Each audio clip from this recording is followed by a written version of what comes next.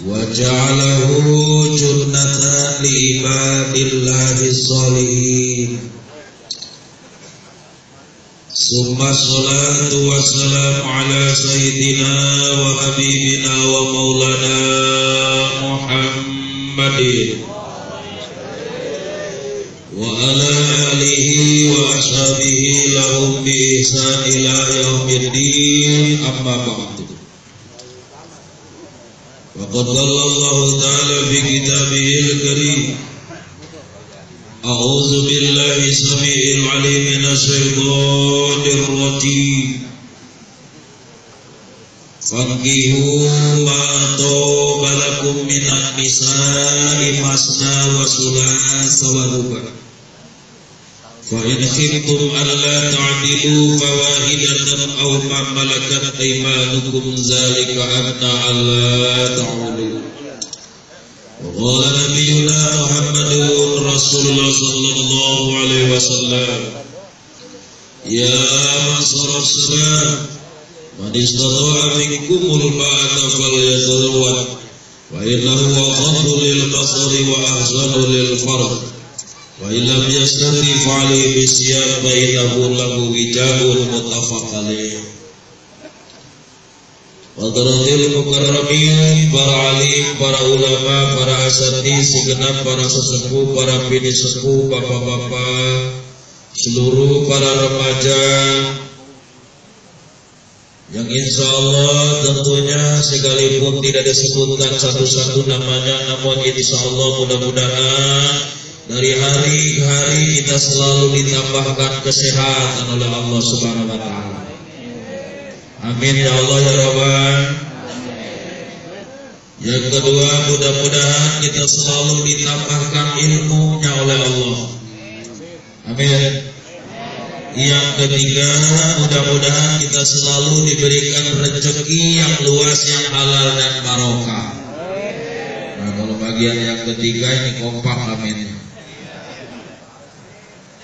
Sebab hidup di alam dunia ini butuh tiga. Pertama, harus punya ilmu. Dua, badannya sehat. Tiga, punya duit. Jadi kalau kita gak usah banyak-banyak sama Allah. Betul di alam dunia, satu, pengen punya ilmu. Dua, badan sehat. Tiga, punya duit. Duitnya ada, badannya sehat. Kalau gak punya ilmu, salah menggunakan. Ini bahaya. Ilmunya banyak, badannya sehat, nggak punya duit, kerok, loyo hidup ini. Jadi ilmunya ada, duitnya banyak, tapi asma empok, bengek. Ini kayaknya percuma deh kita punya duit. Makanya kita minta sama Allah malam ini di haflah yang mubarakah, ya Allah mudah-mudahan kita punya ilmu yang manfaat. Amin. Kedua, kita minta mudah-mudahan kita dan keluarga diberikan kesehatan. Yang ketiga, mudah-mudahan kita diberikan duit yang halal dan barokah. Selanjutnya kita minta, karena yang namanya hidup di alam dunia kan cuma sementara. Besok-besok kita atu-atu bakal ninggalin. Mungkin kiai belakangan.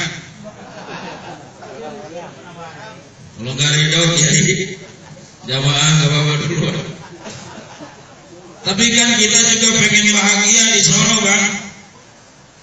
Karena kita yakin ada dunia, ada akhirat.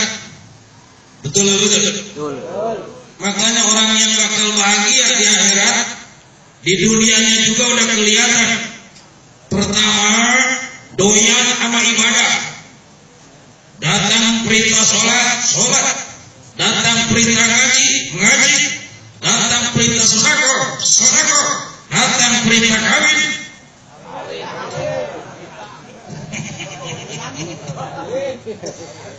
Orang yang bakal bahagia di akhirat kelihatan, di dunianya juga rajin ibadah. Kedua, paham ibadah. Ketiga, orangnya punya tujuan. dunia kan milik Allah, kita juga milik. Sehatnya dari cita-cita yang baik, kita pengen ketemu Allah. Jadi kalau sudah cita-citanya baik, pengen ketemu Allah, timbul cintanya, maka akan gampang melaksanakan ibadahnya. Jadi untuk bekal akhirat kita minta 3 aja. Yang pertama, ya Allah, biar saya nikmat ibadah. 2, saya pengen paham ibadah. 3, pengen ketemu Allah atau husnul khotimah. Di jamaah yang sama-sama dimuliakan Allah Subhanahu wa taala, di dalam Asmaul Husna ada sebuah asma yang kalau kita bacakan malam ini rasa-rasanya berkaitan dengan masalah nikah. Apa itu Asmaul Husnanya? Huwal ahadul wahidu. Apa tadi? Barang-barang apa tadi? Waduh, kagak apa. Kalau kagak apa, buru-buru ngomong, terserah kiai biar beres. Huwal awwalu, ayo. Wal akhiru, huwal wahidu, huwal ahadu. Ada 2 asma yang berkaitan dengan urusan nikah. Apa itu? Huwal ahadul wahidu. Dialah yang tunggal, dialah yang satu selain Allah. Ini Allah ciptakan jodoh-jodohan. Jadi pernikahan ini merupakan dalil tentang akan ketunggalan Allah. Huwa ahadul wahidu, dialah yang satu, dialah yang tunggal, tidak butuh kepada siapapun. Maka jelas di dalam bacaan Quran disebutkan wa min ayati. Coba pikirkan ayat-ayat kebesaran Allah ini. Allah Maha berkuasa dan segalanya Allah bisa. Untuk menciptakan manusia, pertama Allah menciptakan tanpa bapak, tanpa ibu. Allah bisa. Siapa itu? Nabi Adam. Tapi belum lengkap ketuhanan. Allah juga menciptakan jenis manusia enggak punya ibu, bapaknya doang. Siapa itu? Siti Hawa. Siapa ibunya? Diciptakan dari tulang rusuk yang bengkok-bengkok. Makanya kalau perempuan, kalau kita pergi dari rumah, kalau nggak jelas izinnya, ini kadang-kadang pikiran bengkok. Termasuk kalau dari sini izinnya mau tahlilan, kalau pas pulang nggak dibekelin berkat, bengkok. Jadi mudah-mudahan begitu pulang kita dikasih berkat sesuai ya. Belum lengkap, nggak tanggung-tanggung. Allah menciptakan manusia dari nenek-nenek yang sudah tua renta. Siapa itu? Istri Nabi Zakaria. Sudah tua, pengen punya anak. Nabi Zakaria mikirin masa depan generasi yang akan datang. Lalu dia doa kepada Allah, Rabbi la tadarni fardan. Ya Allah, jangan sampai kau jadikan kami rumah tangga dalam keadaan mandul. Rupanya ini ayat menjadi sebuah senjata yang bagus bagi orang yang pengen punya anak. Akhirnya istri Nabi Zakaria yang sudah tua renta hamil. Lahirlah seorang nabi dinamakan Yahya. Siapa namanya? Yahya. Yahya artinya hidup. Kok dinamai Yahya? Karena hidup dari rahim yang mati. Allah berkuasa. Bahkan tanpa suami pun Allah berkuasa. Siapa itu? Siti Maryam, seorang wanita yang beribadah terus di pinggir masjid Palestina, Masjidil Aqsa, tak pernah melihat laki-laki, tak pernah gaul dengan laki-laki, lalu hamil maka dinamakan disebutnya Isa al-Masih Ruhul Kudus. Kenapa dikatakan ruh? Karena beliau pun adalah hidup dari rahim yang belum pantas untuk hamil, maka dinamakan ruh. Subhanallah. Apalagi yang kayak begini, perjodohan antara laki-laki dan perempuan. Berarti ini betul-betul menunjukkan wa min ayati, mari sama-sama kita buka. Ternyata pernikahan adalah dalil ketauhidan, dalil supaya kita lebih yakin yang mana Allah punya sifat huwal wahidul ahadu. Dialah yang tunggal, dialah yang satu. Saudaraku yang sama-sama dirahmati Allah Subhanahu wa taala. Tadi dalam surah Yasin kita baca begitu tuh. Subhanalladzi khalaqal azwaja kullaha mimma tunbitul ardu wa min anfusihim wa mimma la ya'lamun. Menyebut Allah mudah-mudahan sehat. Yang terlambat menyebut Allah besok mati. Subhanalladzi khalaqal azwaja kullaha, Allah menciptakan segala sesuatunya, azwaja berpasang-pasang. Jadi kalau kita punya anak belum ketemu jodoh, ini ayat dibaca nih. Tiap pada sholat 11 kali. Subhanalladzi khalaqal azwaja kullaha mimma tunbitul ardu min anfusihim wa mimma la ya'lamun. Baca 11 kali. Minta sama Allah, Allahumma aslih wa'lam sholihan liyati, baca kalau anak kita belum punya jodoh. Tapi yang paling kita perhatikan, yang harus kita pahami, kenapa sih Allah ciptakan makhluknya berjodoh-jodohan? Berarti menunjukkan setiap pasangan punya kelebihan juga punya kekurangan. Pasti ada kekurangan, pasti ada kelebihan. Pejabat sama rakyat, pejabat punya kelebihan, tapi ingat punya kekurangan. Rakyat punya kelebihan, juga punya kekurangan. Nggak mungkin jadi pejabat kalau tidak dipilih oleh rakyat. Salah pilih, bahayanya ke rakyat-rakyat juga. Betul-betul. Subhanallah. Saudaraku yang sama-sama dirahmati Allah, dalam konteks ini, kalau orang belum nikah, bolehlah manggilnya AA, bolehlah manggilnya Abang, bolehlah manggilnya Neng, atau orang madula apa panggilannya Bing. Tapi kalau orang sudah menikah, ini spontan berubah. Yang laki-laki jadi suami, yang perempuan jadi istri.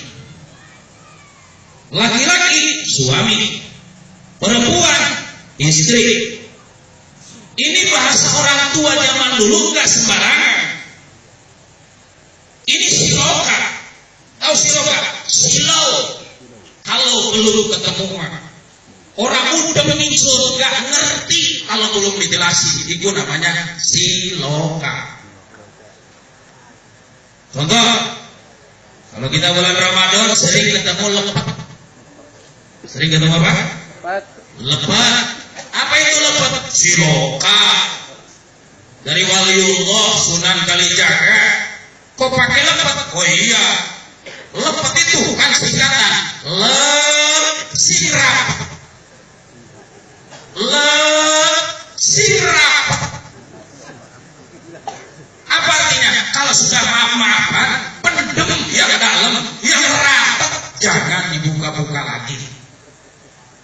Jangan senyum-senyum di depan, tapi di belakang-belakang ngomongin lagi, gede banget, dia tunggu paksa. Tapi insya Allah saya suka gak ada, amin. Itu kan siloka. Kayaknya nggak ada artinya kalau nggak dijelasin. Mana siloka yang lain? Kupat. Kupat. Apa itu? Kupat. Apa itu artinya? Aku lepat. Apa? Aku lepat. Aku ya saya, lepat ya salah.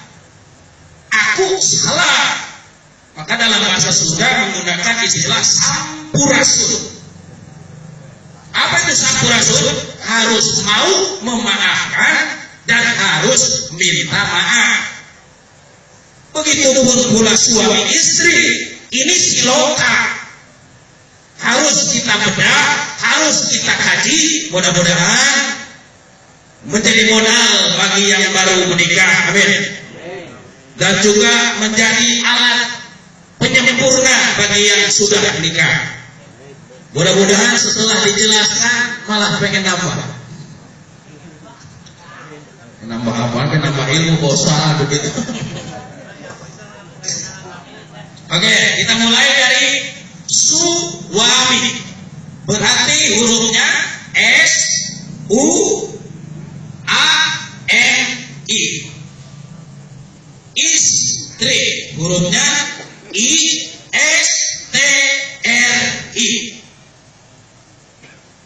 Ada huruf yang sama, ada huruf yang beda. Kalau hurufnya sama, berarti ini sifat harus dimiliki dua-duanya. Kalau hurufnya beda, oh masing-masing berarti punya kelebihan dan kekurangan. Kita mulai suami, ujungnya huruf apa? Ujungnya huruf apa? Ujung belakang suami. I. Apa yang di depan ngomongnya S? Nggak apa-apa, biar suruh. Istri, awalnya I, ujungnya I. Subhanallah. Ini I-nya 3 loh. Istri, I, awalnya, belakangannya I. Suami, ujungnya I. Ada 3 I. Masya Allah. Ayo kita ngaji. I yang pertama, suami istri harus sama. Sama apanya? Islamnya. Haram hukumnya orang Islam nikah dengan non muslim. Berarti mesti kuku. Secantik apapun dia, kalau non muslim jangan coba-coba kita mau nikah sama dia. Seganteng apapun dia, jangan terlena-lena. Apalagi sekarang ini cara untuk mengkafirkan itu ada yang disebut dengan cara pernikahan. Sehingga kita punya anak perawan lalu dinikahi dengan non muslim, pura-pura masuk Islam. 1 bulan kemudian dia keluar dari Islam, anak kita sudah hamil. Nah ini yang bahaya. Maka di Jepang ada aturannya. Kalau ada non muslim pengen nikahin anak kita yang Islam, itu buru-buru sebelumnya sudah masuk Islam. 6 bulan kemudian ditinjau apakah dia melaksanakan keislamannya atau tidak. Jadi bukan mau masuk Islam, mau nikah. Islam itu betul-betul masuknya karena keikhlasan. Karena seorang suami memimpin dunia juga memimpin akhirat. Yang pertama mesti Islam dua-duanya. Kedua, I-nya adalah mesti iman. Islam iman. Islam aturan. Iman taat. Islam itu aturan. Makanya ada wajib, ada sunnah, ada halal, ada haram. Iman itu taat. Yakin taat. Maka jelas Allah mengatakan litaskunu ilaiha. Kenapa ada pernikahan? Supaya ibadah. Sebelum kita nikah, subuh berdoa amat, bangun jam 8 ke. Sebelum kita nikah, berdoa amat, mau tahajud ya, mau enggak ke. Tapi kalau sudah nikah, harus saling mengingatkan. Amin ya Allah ya Rabbal. Nah, saya nggak mau bercanda nih, biar kita seriusan aja. Lumayan kalau serius kayak begini, mah perlu mau pisah. Udah Pak, sambil makan, biasa nasi tiga mah begini. Biar ada kue ya sudah berdiri. Emang udah nasib lagi kalau turun kan selesai bos. Allahu Akbar. Jadi mesti Islam, ya mesti iman.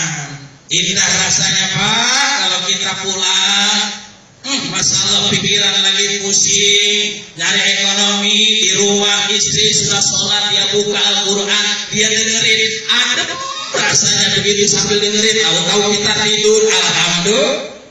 Emang kita ngebakatnya begitu kalau udah denger Quran tidur. Indah. Coba bayangin begitu pulang pusing, istri malah nanyain duit. Mana kita lagi pusing lagi. Iman, Islam, sama yang satu lagi, ihsan. Ada imannya, ada Islamnya, ada ihsannya. Apa itu ihsan? Karena tarafa ilam tarafa innahu yara. Suami istri harus punya kehati-hatian. Allah memperhatikan segala perbuatan-perbuatannya. Baik dan buruknya itu pasti akan diperhatikan. Siapa tahu para suami di depan pura-pura setia, di belakangnya larak piring. Padahal kalau larak piring itu normal. Yang kagak normal itu melotot terus. Mati namanya. Oh, ada Islamnya, ada imannya, ada ihsannya. Disingkat oleh Sultan Aulia Syabdul Qadir Jailani menjadi 165. Menjadi 16. Kenapa Syabdul Qadir Jailani kalau pada sholat zikirnya 165 siloka simbol 165. Umat Islam ini harus amalin Islamnya, kuatkan imannya, tingkatkan ihsannya. 1 tambah 5 6 tambah 6 lagi 12. 165 12. Berarti kata Sultan Aulia, ayo sama-sama kita pertahankan tuh amanah iman.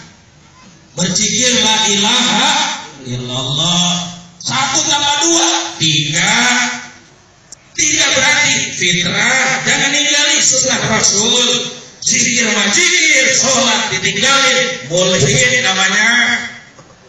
Zikir jam 12, subuh lewat, waduh, ini orang sedang ditarik ke neraka yang kayak begini. Zikirnya sunnah, sholat subuhnya wajib, gara-gara sunnah, ninggalin yang wajib, zikir jatuh haram. Terus. Ya paling enak terus. Iya, kalau mantan kenaik kan begini terus aja terus. Untung kiai mantan supir. Terus aja udah. Ayo, jadi kalau suami yang pengen bahagia itu sama-sama imannya, sama-sama Islamnya, sama-sama ihsannya. Jadi hati-hati semua. Muncul kejujuran. Sebab dalam berumah tangga kunci utama kalau digabungkan antara iman, Islam, ihsan, timbul jujur dalam hidup.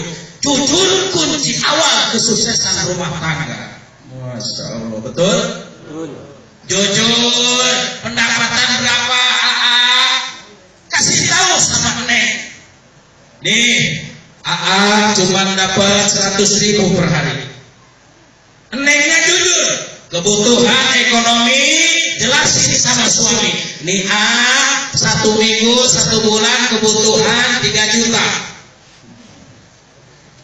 Jauh amat. 1 hari cepet loh. Oh berarti kalau 30 hari sama-sama 3 juta. Pemasukan dan pengeluaran harus seimbang. Makanya kalau nikah ada masuk ada keluar. Ya kalau nggak imbang kan nggak enak Pak. Jangan ngeres, jangan ada pisang. Mesti ada kejujuran. Kadang-kadang kan suami ngomong begini, gua mau punya bini, boros banget. Gua kasih berapa aja, habis percis saya sama lo, wadah yang pada bolong. Gentongnya gentong bolong. Gusti Agung padahal mah bukan begitu, karena tidak ada terbuka. Ini istrinya ngomong keluar, gue menyesal nih sama dia. Emang kenapa? Masa tiap hari gue dikasih cepet mulu? Mana urusan les? Mana urusan TK, urusan ini, waduh, punya makanya tiap hari gue beli tempe mulu tempe. Kan urusannya. Subhanallah. Nah ini adalah sebuah kejujuran. Kalau kita laksanakan Islamnya, kalau kita kuatkan imannya, ihsan merasa diperhatikan Allah, jujur nantinya. Seimbang namanya. Rumah tangga itu harus ada konsep. Nggak ada rumah tangga ujung-ujung punya rumah, nggak ada. Benar. Nih tanya nih orang tua, kali kita langsung punya rumah, kagak di rumah nempong yang tua. Masya Allah, makanya kadang-kadang kita mengayal, gue pengen punya mertua yang kaya doang. Emang kenapa rumahnya tuh kontrakan 100 berderet? Kan begitu kan yang namanya mertua juga punya batasan. 40 hari amplop masih banyak. Disayang nantu. Udah tuh jangan kemana-mana, makan tidur sholat. Kalau udah 40 hari mah ayam masuk aja di sendiri. Di ayam di dalam mulut, di dalam mulut. Kenapa kan nyinyirin menantu itu? Ayamnya begitu ayam. Panjangan. Ayo, jadi kita laksanakan tuh kejujuran. Jujur dalam ekonomi. Kalau orang sudah iman Islam, jujur nantinya apa yang tidak senang dari istri, mau yang ngomong. Istri nggak senang nih dengan akhlak suami, ngomong dengan cara baik-baik. Jangan sampai dicurhatkan ke Pak Cebok. Apa tuh? Facebook, Instagram dan sebagainya. Suami diomong-omongin di daerah umum. Ngomong baik-baik. Kalau tidak suka sama suami dengan akhlaknya, ngomong. Karena satu sama lain akan saling memperbaiki. Oke, jadi yang pertama mudah-mudahan pasangan suami istri ini sempurna Islamnya, amin. Sempurna imannya, sempurna ihsannya. Nomor 2, mana yang sama? Huruf S. Suami ada huruf S-nya. Istri ada huruf S-nya. Apa itu? Dua-duanya harus sabar sama setia.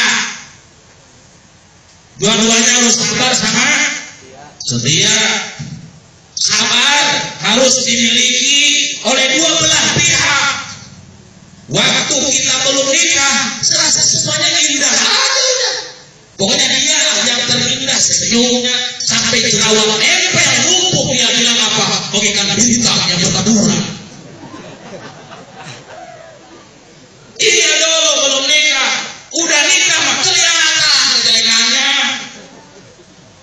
Orang dulu mah kita kagak tahu tidurnya. Begitu udah nikah baru tidurnya gila. Mau apa? Bisa terjadi. Berarti konsep rumah tangga jangan pernah mencari kelebihan. Perhatikan kekurangan suami, perhatikan kekurangan istri, jadikan kekurangan itu sebagai alat untuk penyempurnaan. Jangan pernah kita berpikir yang di dalam punya kekurangan, sementara yang di luar punya kelebihan. Akhirnya kita nyari dia di luar. Sama aja wanita mah. Punya kelebihan, punya kekurangan. Berarti seorang suami mesti sabar. Ya, jangan sampai kita ceplok cendol kalau ngomong. Lihat Kanjeng Rasul kalau manggil Siti Aisyah lembut banget kalau manggil ya Humairo, wahai yang punya 2 pipi merah. Kenapa? Karena istri butuh penghargaan. Hargai sama kita, kebetulan emang hitam, ya hitam. Ya hitam. Saling-saling menghargai. Siti Aisyah kalau manggil Rasul nggak pernah manggil Muhammad, Mak nggak pernah. Maaf, ini mah orang Sunda. Biasanya kalau manggil suami namanya mulu. Kalau di Betawi mah nggak tahu dah. Oh sama begitu. Panggil kakaknya, Siti Aisyah, ya Rasulullah. Kalau manggil suami, panggil kakaknya. Kebetulan suami kita Hansi, ya Hansi. Nggak, soalnya Pak Ustadz kalau diseriusin mulu nih takut tulisan buyar ya Ustadz. Saya juga ngerti Pak Haji udah bisik-bisik, saya jangan lama-lama Pak Ustadz, karena tingkrik cuma masih lola doang begitu katanya. Aduh, berkat di rumah pada basi repot urusan gara-gara kiai ceramah kelamaan kan begitu. Makanya kita tunggukan berkat keluar walau pulang kita. Udah sampai pagi. Jadi harus setia, harus sabar. Masalah terutama wanita itu diciptakan setia. Setia, wanita itu diciptakan setia oleh Allah. Kenapa? Karena wanita sangat butuh sekali perlindungan suami. Kalau laki-laki nggak setia, wajar. Wah, ibu langsung kabur, Pak. Dengerin dulu firman-Nya. Fankihu ma taba lakum minan nisa'i masna wa sulasa wa ruba. Wahai para suami, nikahilah istri-istri itu yang pertama 2. Jadi cita-cita yang pertama 2. Dipikirin, wah kalau 2 kayaknya kesanggup gak? Itu ayat Al-Quran sampai hebat. Wasulasa kalau 2 nggak sibuk 3. Emang begitu ayatnya. Masna wasulasa. Pertama harus punya cita-cita. Saya harus punya bini 2. Begitu. Wah kayaknya gue kesanggup gak atau gue dikumpulin dulu. Kata Allah wasulasa tambahin 3. Waduh yang satu dikirim ke Mekah, yang satu kirim lagi ke Taiwan, yang satu kemana tuh? Malaysia. Begitu pulang tinggal ketikin doang tuh transferan. Nauzubillah min dzalik. Waduh 2 nggak sanggup kayaknya, 3 saya nggak sanggup. Allah pakai ngomong begini firman-Nya, waruba 4. 2 aja nggak sanggup, pakai 3 lagi, pakai 4. Waduh 2 nggak sanggup, 3 nggak sanggup, apa? 4 nggak sanggup, fawahidatan 1 saja. 1 itu cukup. Kalau si perempuan punya 4 sifat. Kenapa Siti Khadijah tidak pernah mau nikah lagi? Kanjeng Rasul ketika nikah dengan Siti Khadijah, karena Siti Khadijah satu wanita punya 4 sifat. 1, Siti Khadijah pandai mengolah duit. 2, Siti Khadijah rajin ibadah. 3, Siti Khadijah cantik. 4, Siti Khadijah menghasilkan anak. Jadi satu wanita 4 sifat. Wajar kalau seandainya Rasulullah nggak mau nikah lagi. Begitu pula suami-suami, cukup 1. Kita jadikan istri kita menjadi istri yang qanaah. Amin. Gitu. Aku nerima sedikit. Begitu kan? Udah kita ngojek hasil 50.000, begitu pulang ban meletus. Istri di rumah nyonyol kan kesel banget. Mending aja kalau istrinya qanaah begitu pulang. Kenapa Bang? Kayaknya putus amat. Iya Neng, kan namanya juga ngojek. Terus begitu sampai sore gak ada penumpang. Sekali-kali cuma penumpang doang, atuh gendut lagi. Nah, abang bawa tuh pakai sepeda, katanya meletus. Dibayar 50.000 cuma masuk ke bengkel. Istri yang solehan kan ngomong, Bang, santai Bang, duit mah gak besok juga gak sekarang juga masih ada besok, Bang, tenang. Istri kita begitu gak tuh? Enggak.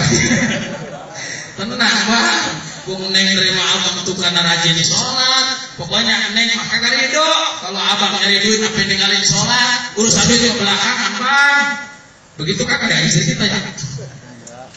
Mudah-mudahan gue jadi sholat semua, amin. Suami itu ya.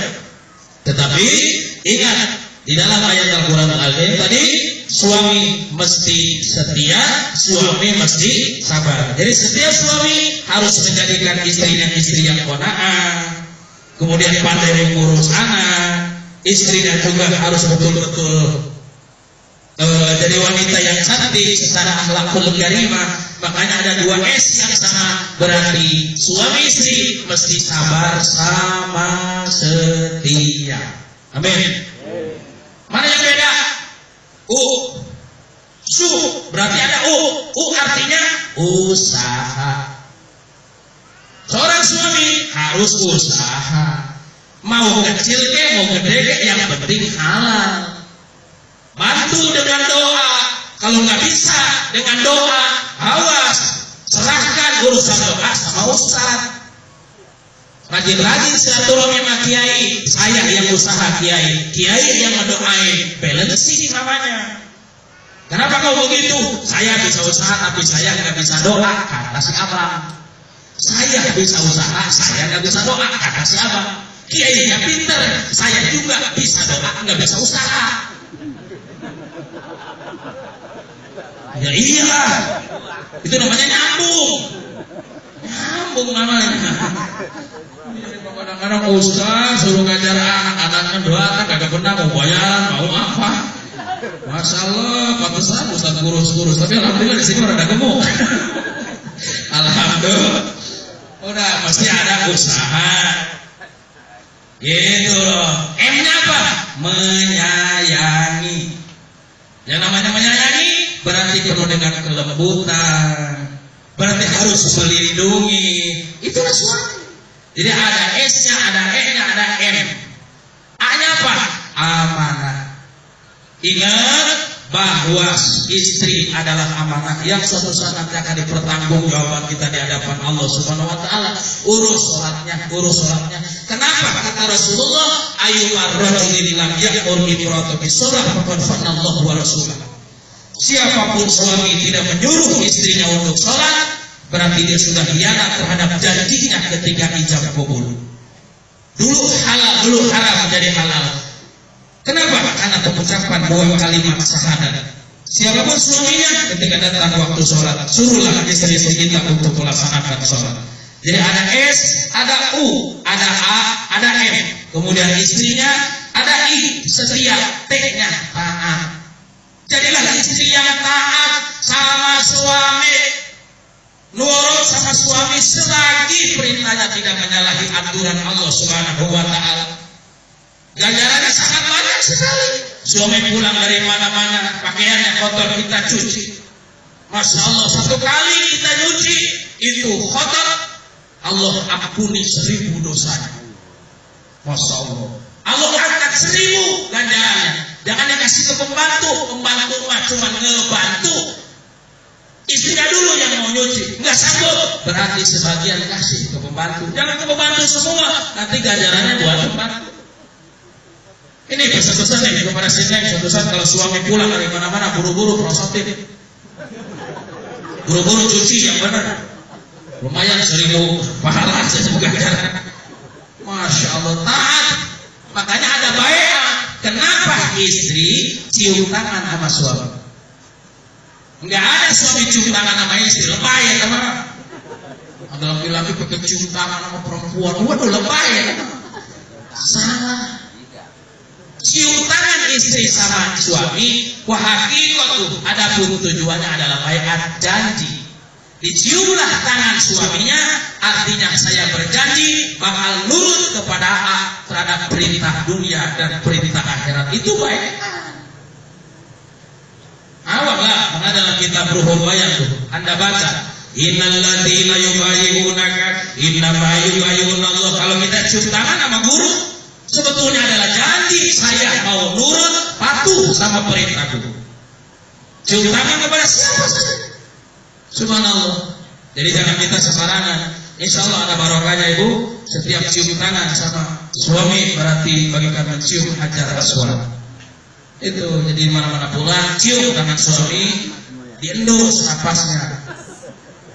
Insya Allah hajar aswad. Barokah. Jadi ada istri IST, R-nya ramah. Banyak-banyak tersenyum terhadap suami. Jadi dalam penyemangat dalam kehidupan. Nah, jamaah yang sama-sama dirahmati Allah, nggak bisa berpanjang lebar karena sudah kepanjangan sama kelebaran. Iya, kita pun dari pagi, ya dari Isya kita Masya Allah sampai sekarang kan pegel kita pinggang. Itu aja tuh bapak duduk tadi khusus, sekarang udah berjelapan semua. Ini artinya kita udah sampai di sini aja. Yang penting pesan-pesan kepada suami istri, kalau pengen hidup sakinah, mawadah, warahmah, upayakan setiap ba'da sholat maktubah bacalah Rabbana hablana min azwajina wa dhurriyyatina qurrata a'yun waj'alna lil muttaqina imama. Paling minimal 3 kali, maksimalnya 11 kali. Kalau kita menginginkan keluarga yang sakinah, mudah-mudahan nanti punya anak soleh dan solehah. Ya, kalau pengen punya anak yang soleh dalam kita menikah, adalah hubungan intimnya upayakan setiap malam Jumat saja. Kalau setiap malam Jumat hubungan intim berarti 1 sampai ke Kamis prek. Ya kalau kita menikah, kalau kita pengen anak jadi ulama, hubungan malam Jumat aja. Pokoknya malam 1 sampai Kamis libur. Kenapa? Pengen jadi anak kiai. Begitu. Ini mah jangan dibalik. Malam Jumat sunnah, malam Sabtu wajib. Mari urusannya doa yang benar. Habis nikah malam-malam tak sholat tasbih, sholat hajat, begitu baca. Biar barokah. Amin ya Allah ya Rabbal. Terakhir dari Abi, karena Abi juga ngerti. Kadang-kadang kan kita cuma maunya doang ini. Suami. Kalau nolak kan istri kan ngambek. Karena kita begitu dikasih ngeplek.